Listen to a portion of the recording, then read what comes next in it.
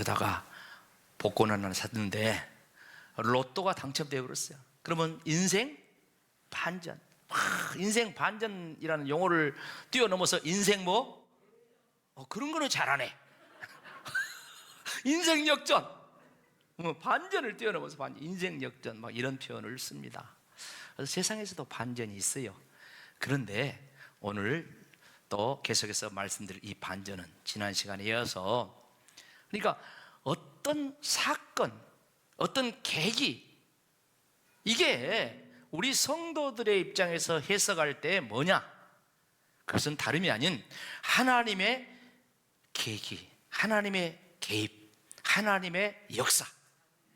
할렐루야.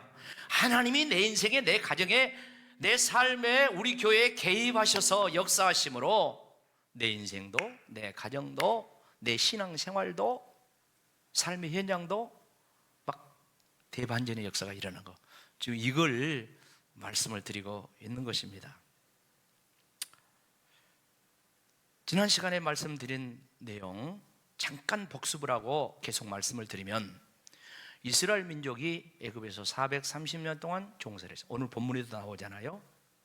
그런데 하나님께서 그 민족의 역사 속에 개입하셔서 이 출애굽이라는 애굽에서 해방되는 대반전의 역사가 일어났습니다. 그래서 그 역사가 일어나는 첫 번째 내용을 말씀했는데, 그걸 뭐라 했어요?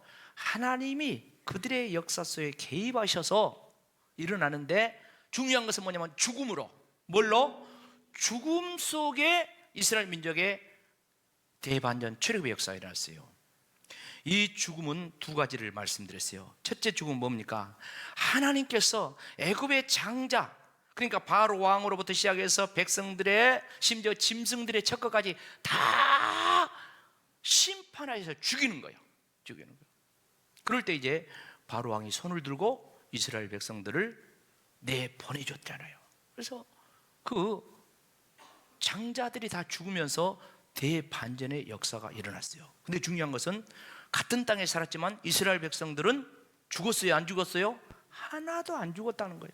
죽지 않고 유월절의 역사가 일어났다는 것입니다. 죽음이 넘어갔다는 거예요. 근데 하나님께서 모세에게 이스라엘 백성들, 내 백성을 건져내라고 말씀하시면서 지침을 주셨죠? 그 지침을 주셨는데 유월절에 대한 지침을 줬어요. 유월절 핵심이 뭐라 했습니까?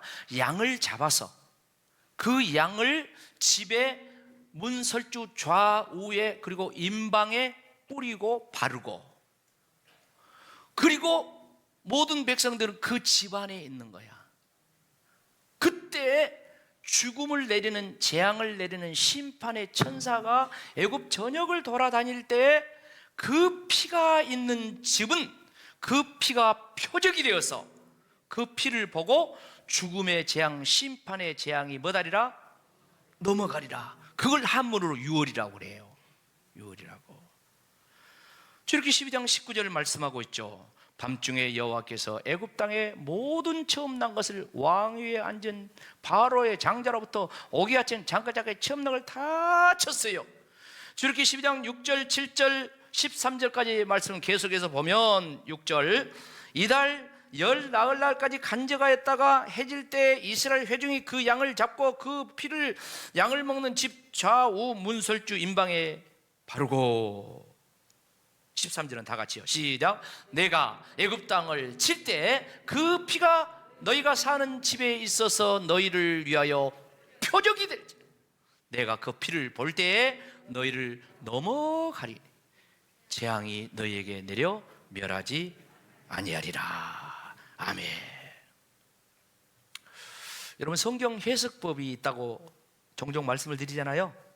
그 해석법에 구약과 신약의 해석법이 있습니다. 구약은 뭡니까? 하나님의 약속이요. 옛날 약속이라 해서 구약이라 해요. 그게 뭡니까? 대표적으로 아담으로부터 범죄한 인류를 죄와 사망의 마귀의 종된 자들을 구원해 주겠다는 약속이에요. 구원해 주겠다는 약속. 그래가지고 그 구원의 역사를 이루는데 여인의 후손이 와서 구원을 이루겠다. 나중에 이사야를 통하여서는 이제 처녀가 잉태의 아들을 낳아서 구원할 것이다. 이런 식으로 이렇게 점점점 이제 그 구원의 역사를 이루는 실체를 이야기합니다. 그런데 구약에서는 다 감춰졌어요. 그리고 이스라엘 백성들이 구약에서도 구원을 받아야 될 거 아닙니까? 죄사함을 받아야 될 거 아닙니까? 그때 뭡니까? 그때 하나님 앞에 양이라든가 소라든가 또는 가난한 사람을 비둘기 이런 짐승 재물을 가지고 나와서 제사를 드리면, 회개하면 하나님이 용서하시고 하나님이 만나주시고 하나님이 구원하신다. 이게 구약입니다. 근데 구약은 이것은 실체가 아니에요. 이것은 모형이고 이것은 예표요. 그러니까 신약에 이제 그 실체가 드러나니 그 실체는 한마디로 예수님인 줄로 믿습니다. 예수님이 구원의 실체예요. 그래서 예수님께서 공생애를 시작하는데 세례 요한에게 세례를 받으면서 공생애가 시작되잖아요. 근데 어떻습니까? 세례 요한이 세례를 이제 베풀 때 예수님께서 그 세례 요한에게 세례 받으러 옵니다. 그때 세례 요한이 눈이 열려서 예수님의 실체를 보는 거예요. 그 전까지는 예수님이 자기보다 6개월 늦게 태어난 사촌 내지 육촌 이종 동생이야. 그런데 이제 하나님께서 그 세례 요한의 눈을 열어서 보니까, 예수님이라는 실체를 보니까 요한복음 1장 29절을 보면 뭐라고 이야기합니까? 다 같이 시작. 이튿날 요한이 예수께서 자기에게 나오심을 보고 이르되 보라, 세상 죄를 지고 하는 하나님의 어린 양이로다. 예수님이 세례 받으러 오는데 세례 요한이 세상 죄를 지고 하는 하나님의 어린 양. 여러분, 우리 세례에 대한 상식이 있죠? 세례는 누가 받습니까? 세례는 어떤 의미입니까? 세례는 내가 죄인입니다. 내가 죄사함을 받아야 됩니다. 죄 아니면 나는 구원받습니다. 나는 예수를 믿음으로 말미암아 나는 죄사함 받고 구원받습니다. 그런 등등의 의미. 그러니까 죄인이 죄사함을 얻기 위해서 또 얻은 증표로 세례를 받는 거예요. 그런데 예수님이, 하나님의 아들이 세례를 받았다? 세상에 예수님이 무슨 죄가 있어서 하나님의 아들인데 다름이 아닌 세상 죄를, 할렐루야, 저와 여러분의 죄를, 모든 인류의 죄를 예수님이 다 짊어지신 줄로 믿습니다. 아이고, 나 교회 다니면서 여전히 담배 못 끊었는데요. 나 예수님 믿기는 믿어요. 그럼 담배는 못 끊었어요.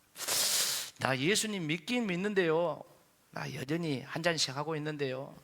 아니, 나 회식하면 나 집사여도 내 밀면은 맥주 한 잔 먹는데요. 여기는 그런 사람 없을 거예요. 그런데 다른 교회 가보면 있더라고요. 그런데 이전 것은 지나갔으니 보라 새 것이 되었다. 이 말하고 맞아요, 안 맞아요? 안 맞아요. 그래서 여러분, 목사가 필요한 거예요. 그래서 성경을 해석을 하는 거예요. 여기에 말씀, 이제 구원에 대한 말씀이죠. 우리가 구원을 알아야 돼. 구원을 알아야 되는데 이 구원의 단계가 있어요. 구원의 단계가 있는데 이제 이 새로운 피조물이 되었다, 이 말은 신분의 변화를 이야기하는, 뭐라고요? 신분의 변화. 신분의 변화를. 이제 더 이상 예수 믿으면 나는 죄의 종, 마귀의 종 아니라 의의 종이요, 이제 하나님의 종이요, 하나님의 자녀요, 그리스도인입니다. 신분이 변화되었어. 새 것이 되었다. 이것은 첫째, 새 사람의 신분 변화를 이야기하는 거예요. 자, 말씀 로마서 6장 17절 18절 그리고 22절 읽어봅시다. 시작. 7절 시작. 하나님께 감사하라. 내가 본래 죄의 종이더니 너희에게 전하여 준 바 교훈의 본을 마음으로 순종하여 이제 뭐가 되었다고요? 죄로부터 해방되어 뭐요? 의의 종이 되었느니라. 그런 계속 이제는 너희가 죄로부터 해방되고 하나님께 종이 되어 거룩함에 이르는 열매를 맺었으니 그 마지막은 영생이라. 스탑. 이 요절 스탑이에요. 자, 우리의 신분의 변화, 새로운 피조물 되었다. 이 말씀은 신분의 변화를 이야기해요. 먼저 아까 이제 구원의 3단계를 이야기했죠. 구원의 3단계를 보면은 첫째 칭의, 의롭게 불러주는 거예요. 하나님의 자녀, 이 신분이 그렇게 바뀌었다는 말이에요. 그런데 우리는 이 사실에서 머물러 있으면 안 되고 그 다음에 무엇입니까? 거기 아까 로마서 6장 10, 22절 말씀에 어째요? 이제는 하나님의 종으로 되었다고 신분의 변화를 이야기하면서 거룩함에 이르는 열매를 맺었다. 할렐루야. 여러분, 이건 성화를 이야기합니다. 뭘 이야기한다고요? 성화로. 여러분, 거룩한 자 되기를 축복합니다. 열매 맺기를 축복합니다. 이제 신분에 머물러 있지 않고 나 하나님의 자녀인데 이제 거룩해져, 변화돼. 아까 이야기한 뭐 술, 담배 별것도 아니에요. 건강을 위해서는 안 믿는 사람도 술 안 먹어, 안 믿는 사람도 담배 안 피워. 그건 아무것도 아니야. 사실 아무것도. 그건 신학으로 논할 것이 못 돼요. 그것은 사실 저 밑에 단계예요. 그 왜 안 믿는 사람도 안 먹고 안 핀대? 이 거룩함, 이 성화라는 무슨 말입니까? 예수님의 마음으로. 할렐루야. 예수님 닮고 성령의 열매 이야기하잖아요. 성령의 열매, 사랑과 희락과 화평과 오래참, 자비, 양성, 중성, 온유, 절제. 이게 성화, 변화되어 간다는 거예요. 여러분, 저와 여러분이 예수님 닮아가는 성화의 역사가 일어나기를 축복합니다. 이건 삶의 변화예요. 우리는 이 세상에서 계속해서 이 변화를 이루어가야 됩니다. 아직도 못 이루듯이 선줄로 생각하냐 넘어질까 조심하라. 계속해서 주님을 닮아가는 이 성화의 역사가 일어나요. 그 다음에 마지막 구원이 뭡니까? 영화의 구원입니다. 이건 무엇입니까? 영생이로다. 바로 천국에 들어가는, 그래서 영생은 이 삶을 이야기하는 거예요. 구원을 이야기할 때 이 세 가지 내용을 다 합쳐서 구원이라고 이야기하는 거예요. 근데 이전 것은 지나갔으니 보라, 뭐가 되었도다? 새 것이 되었도다. 여러분, 이제 우리는 하나님의 자녀의 신분의 변화가 일어난 줄로 믿습니다. 한 걸음 더 나가서 삶의 변화도 일어나야 되겠죠. 계속해서 변화 역사가 일어나야 되겠죠. 영접하는 자, 곧 그 이름을 믿는 자는 하나님의 자녀가 된다고 했지 않습니까? 신분의 변화가 일어났어요. 잡족 이야기했어요. 누구든지 다 구원받아요. 누구든지 예수 믿으면. 하나 더 말씀을 드릴게요. 세 번째는 하나님의 계획 역사 속에 일어난 이 반전은 때가 차야 일어난다. 이 말씀을 꼭 기억하셔야 돼. 때가 차야. 하나님께서 이스라엘 민족을 세우는데 하나님의 계획을 이야기합니다. 하나님께서 아브라함을 부르면서 계획을 이야기해요. 그 창세기 12장에 보면 아브라함을 부를 때 아브라함 한 사람을 부릅니다.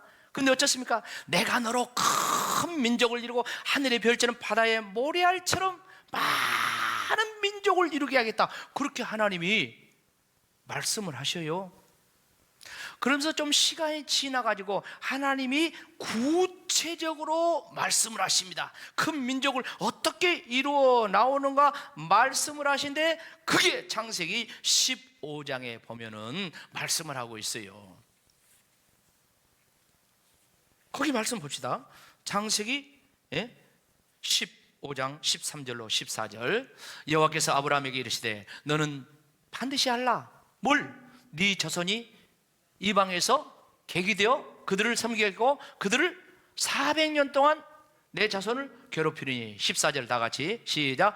그들이 섬기는 나라를 내가 징벌할지며 그 후에 내 자손이 큰 재물을 이끌고 나오리라.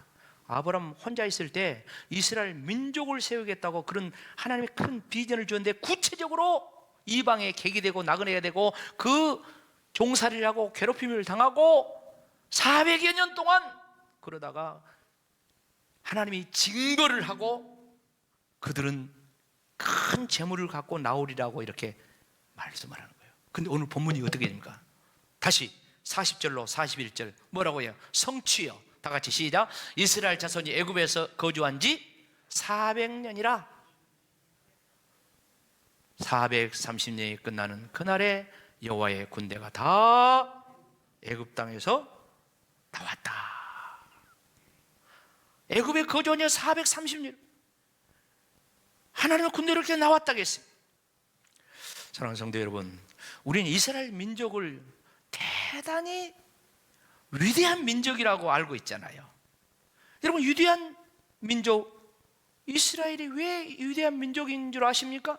뭐 여러 가지 요인이 있겠지만은 바로 하나님의 언약을 계승하고 하나님의 신앙을 자자손손 계승해 나가는 것, 이것이 이스라엘 민족의 위대함이에요. 아브라함 한 사람을 이스라엘 민족의 조상으로 부르실 때 주셨던 그 약속, 그 언약을 쭉 세월이 흘려서 이제 이루어져 나가는데, 하나님께서 우리가 잘한 것은 요셉을 애굽에 종살이로 보내가지고 이스라엘 민족 프로젝트를 하나님이 가동을 합니다. 요셉 한 사람을 보내요. 그리고 요셉이 보디발의 종살이를 합니다. 나중에 모함으로 감옥 들어갑니다. 그리고 그 다음에는 이제 애굽의 총리 되는 역사가 있는데 어떻습니까? 거기 공통된 말씀이 있어요. 그것은 환경이 바뀌었어도 여호와 하나님께서 함께 하셨더라. 그래서 형통했더라. 이런 말씀이 나옵니다. 창세기 39장 2절, 3절, 23절 말씀을 보겠어요. 여호와께서 요셉과 함께 하심으로 그가 형통한 자가 되어 그의 주인 애굽 사람의 집에 있으니, 그 주인이 여호와께서 그와 함께 하심을 보고 또 여호와께서 그의 범사에 형통하게 하심을 보았더라. 보디발의 집의 이야기죠. 23절 다 같이 시작. 간수양은 그의 손에 맡긴 것을 무엇이든지 살펴보지 아니하였으니 이는 여호와께서 요셉과 함께 하심이라. 여호와께서 그를 범사에 형통하게 하셨더라. 아멘. 41장 38절 또 말씀 보겠어요. 시작. 바로가 그의 신하들에게 이르되 이와 같이 하나님의 영에 감동된 사람을 우리가 어찌 찾을 수 있어? 요셉을 불러가지고 바로의 꿈을 꿨는데 그 해석을, 애굽에 7년 풍년 7년 6년이 될 텐데 경제정책을 세워야 됩니다. 이런 꿈의 해몽을 할 때 이것은 하나님께 감동된 자가 하는 말이다. 이런 사람을 어디서 찾을 수가 있는가? 그 불신자 바로 왕이 이야기한 거예요. 바로 왕이. 요셉의 이야기를 하고 있는데, 여러분, 요셉의 이제 삶이 애굽에서 이루어진데 나중에 총리가 되어가지고 이제 가족을 다 애굽으로 이주시켜서 행복하게 살잖아요. 근데 그 요셉과 형제들의 이 다른 점이 나와요. 전개 보면 요셉은 애굽의 총리가 되어서 이제 통치하고 있는데 기근이 와가지고 형제들이 양식을 구하러 왔잖아요. 요셉이 형들에게 자기 실체를 드러내요. 그러니까 어쩝니까? 형제들이 막 벌벌벌 떨죠. 벌벌벌. 그때나 나중에 야곱이 죽고 난 이후에 또 그 형제들이 보복할까봐 두려워 떨고 있을 때나 요셉은 한결같아요. 하나님의 일하심을 이야기해. 하나님의 일하심을. 형들이 요셉을 종으로 팔았지만 하나님은 그것을 선으로 바꿔서 많은 백성의 생명을 구원하셨다. 그런 이야기를 하죠. 창세기 45장 5절 말씀 보면은요, 나를 이곳에 팔았다고 한탄하지 말래. 하나님이 생명을 구원하려고 나를 당신들보다 먼저 보냈다고. 여러분, 인생은 해석을 잘해야 됩니다. 여러분, 신앙생활도 해석을 잘해야 됩니다. 인간관계도 해석을 잘해야 됩니다. 요셉은 믿음의 해석을 하고 있어요. 요셉은 하나님의 역사를 보고 해석을 하고 있어요. 그러니까 형들을 미워하지 않아요. 원한 복수 갚지 않아요. 하나님이 자기를 보냈다는 거예요. 나중에 아버지 죽었을 때 똑같아요. 창세기 49장 20절 22절 말씀 보면 뭐요? 당신들은 나를 헤아려 하였으나 하나님은 그것을 선으로 바꿔서 오늘과 같이 많은 백성의 생명을 구원했다고 그랬습니다. 그리고 21절 다 같이 읽어요. 시작. 당신들은 두려워하지 마소서. 내가 당신들과 당신들의 자녀를 기르리이다 하고 그들을 간곡한 말로 위로하였더라. 이렇게 요셉과 그 형제들이 달라요. 달라.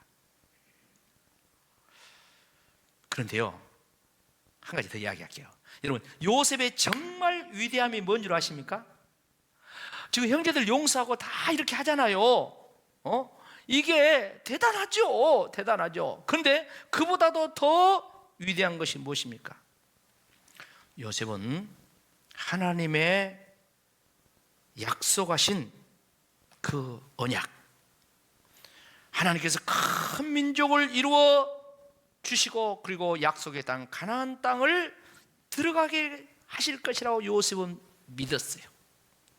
다시 말씀드리면 요셉은 민족의 비전, 이 민족의 비전으로 이제 자기 가슴에 있을 뿐만 아니라 자기 가족들에게 다 그걸 증거합니다. 그래서 요셉 110세에 죽잖아요.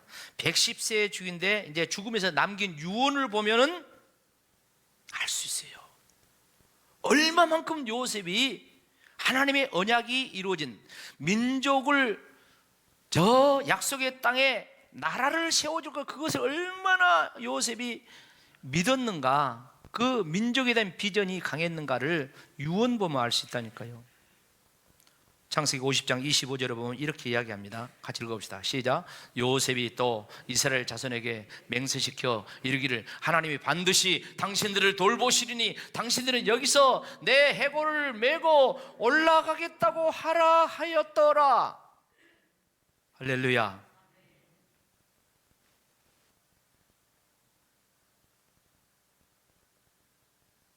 요셉이 하나님이 가나안 땅을 반드시 자기들에게 줄 걸 믿고 거기에 자기 나라를 세워줄 것을 믿으면서 그때 그 역사가 이루어질 때 자기 해골을 수습해서 가지고 나가라고 합니다. 자, 그런데 어쩌습니까? 요셉이 110살에 죽으면서 유언한데 337년 후에 모세가 이스라엘 백성들을 출애굽 시킬 때, 오늘 본문 말씀이죠.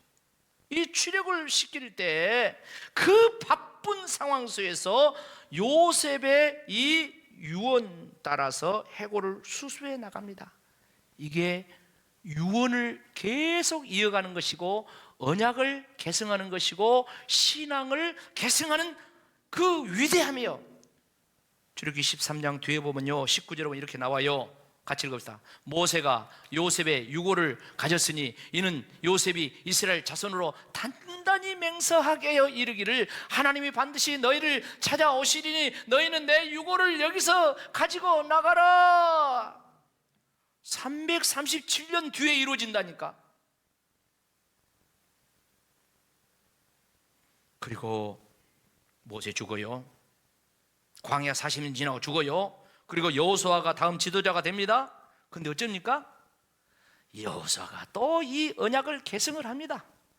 여호수아서가 24장 끝에 나와요. 여호수아의 죽음과 함께 끝에 나오는데 무슨 말이 나옵니까? 32절 말씀 다 같이 읽어요. 시작.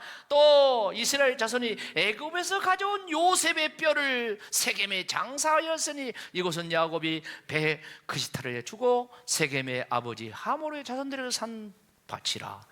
그것이 요셉 자손이 기업이 되었더라.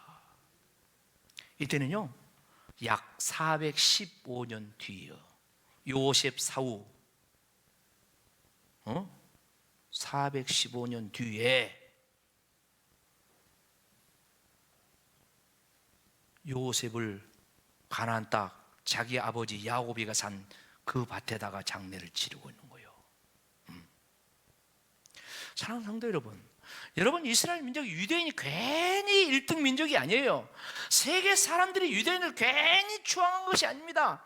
그만한 이유가 있습니다. 그런데 그 이유 중에 가장 큰 이유는 여호와 하나님을 경외하며 여호와의 언약을 믿으며 그 신앙을 계승하고 있는 것인 줄로 믿습니다. 계승. 계승.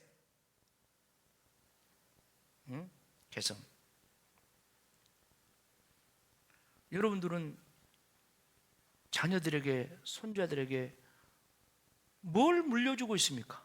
뭘 물려주려고 합니까?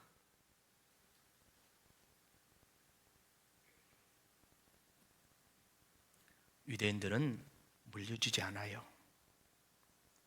다 교회라든가 사회에 또 기부재단에 기부해버려요.